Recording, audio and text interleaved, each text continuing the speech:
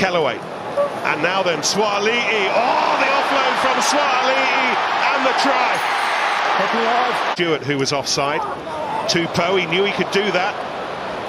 Ikatau. McDermott. Oh, he's gone. Little step now, and then the trick, but the ball away and will. Right, so it's been a pretty good weekend for the Southern Hemisphere rugby teams. By the way, we don't really count. I guess do you count Fiji as Southern Hemisphere team? Even though I know they play, they've got the Fijian Druid and Super Rugby, but yeah, they can't. I guess Fiji, Samoa, Tonga, Japan, they're in the Pacific nations, so that's sort of another category. But look, I'm thinking if you have the All Blacks, Australia, South Africa, Argentina, it was 100%. They were 100% this weekend. I've already talked about the All Blacks against Ireland. Argentina, of course, had a really, absolutely thrashed Italy, and South Africa, overcame a very spirited Scottish side. But I guess aside from the All Blacks beating Ireland, the result of the weekend has to be Australia's thrilling win against England at Allianz Stadium, aka Twickenham. Look, I'm in media, so I have to call it its sponsorship name. But yeah, look, undoubtedly that that game which the Wallabies won with a last-minute try in the corner, very reminiscent of John Olomu back at over 24 years ago at the Olympic Stadium in Sydney.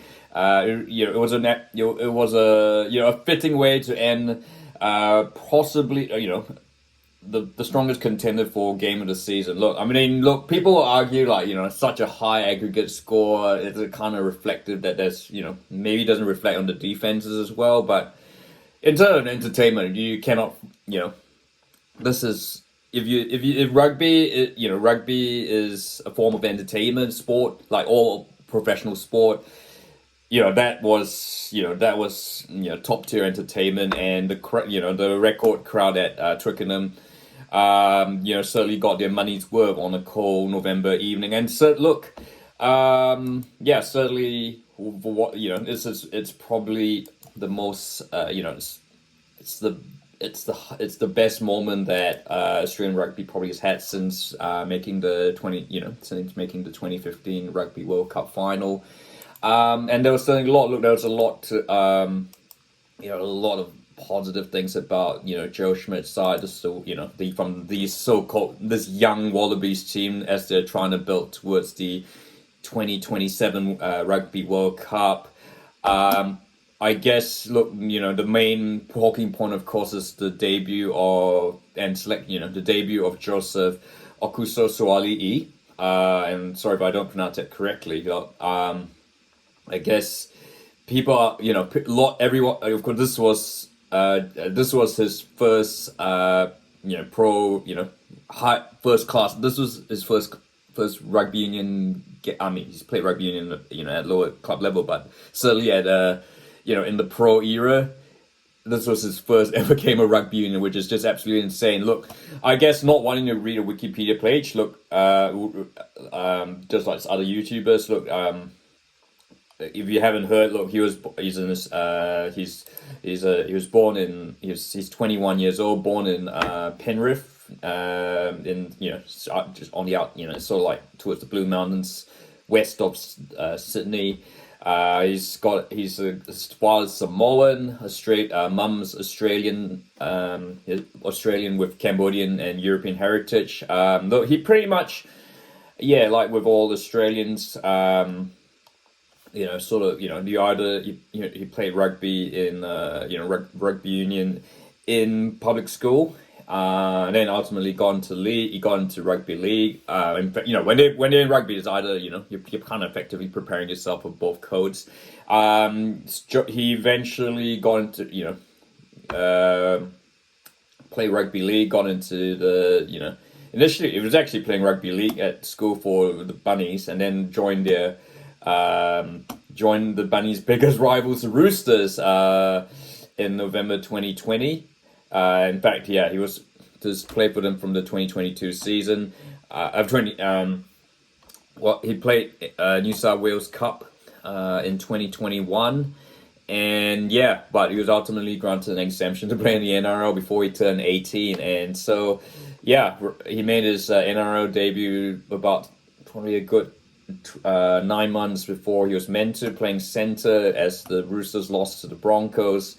Becoming the first NRL player since Jason Taumalolo to make their debut before their 18th birthday, and of course, he was the first player. I mean, they did change as I would mention, they changed the rules to ensure that players only make their debut. They had to be 18 years old before they make their debut. There's a lot of health reasons for that.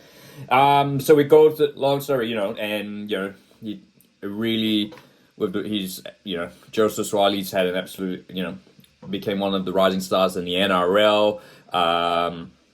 Got to play State of Origin for New South Wales, and of course, if you recall the name, he was the guy who got sent. He got sent off for taking out Reece Walsh in Origin 1. Only 7 minutes in the game, only became the 6th player in Origin history to be sent off, and it was much criticized, for his actions. It was a really horrendous tackle, and yeah, of course, look, that did not precede a move to rugby union. Clearly, there were talks that he was, there had been talks behind the scenes between the ARU and the Sydney, Roosters to get Sualii into rugby union, and eventually, they apparently got him for 10 million Australian dollars over 5 years, and so the announcement was made that in 2023 that Sualii would be switching over to rugby union. He played for New South Wales from the 2025. But as always with Sualii, these things seem to, the guy was so good that they just couldn't wait to bring him on. So in October 2024, of course with the Sualii made the jump to rugby union, and with he didn't play any of the, of course he didn't play any club rugby. He was pretty much jumped into the Australian national team by Joe Schmidt for the end of year tour, and named at 13 against England. And I guess at the time when he was named, I thought, what is going on here? This was just, it's kind of a bit like in Formula One. I remember when Jenson Button made his Formula One debut straight from Formula 3. Kimi Räikkönen made his Formula One debut without racing in Formula 3. It was straight from Formula Renault, which is kind of like 3 rungs down from Formula 1. And this kind of reminds me of that in a way, because I guess here was a guy with absolute, up to had not played rugby union in in many years. He'd only played schoolboy rugby, and here he is about to be named. He was named for his first, to start in his first rugby union game in this Wallabies test against England.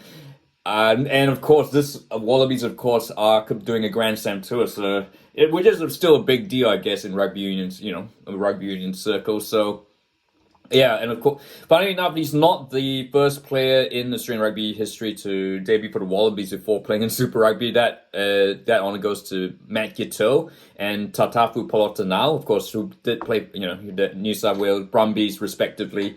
They made their debuts for the Wallabies before playing in Super Rugby. So, it was certainly by contrast, of course, those guys sort of had been playing rugby union, whereas Joseph had sort of come from rugby league into this. So, quite a big difference there. But, I guess, as we know, with New Zealand rugby fans should know about Joe Schmidt. He's an absolute genius and he knows what he's doing.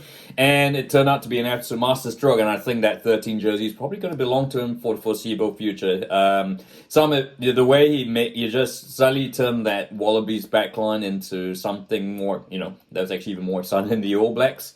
Although there's obviously still a long way to go. Some might argue England aren't the toughest Northern Hemisphere team, although I have to say, looking at Ireland, they're not exactly in the best shape at the moment. Scotland and Wales, it kind of feels like, the ceiling could be pretty high. I guess you're thinking, as I mentioned, someone like Wallace Satiti, another, the sky's the limit. This this kid could, has, this kid's been absolutely sensational. And yeah, I guess, but for me, of course, obviously, Walter City had a campaign for the Chiefs. This guy had absolutely no Super Rugby, no rugby union until he made his debut for Australia. So this has to go down as the best debut in rugby union history. So yeah, but look what So what are your thoughts? What is Joseph Suaalii's ceiling? How good could he really be? And yeah, I guess what is this what other debuts can you think that have been just as sensational? So I'd like to hear your thoughts. And if you like this video, don't forget to subscribe.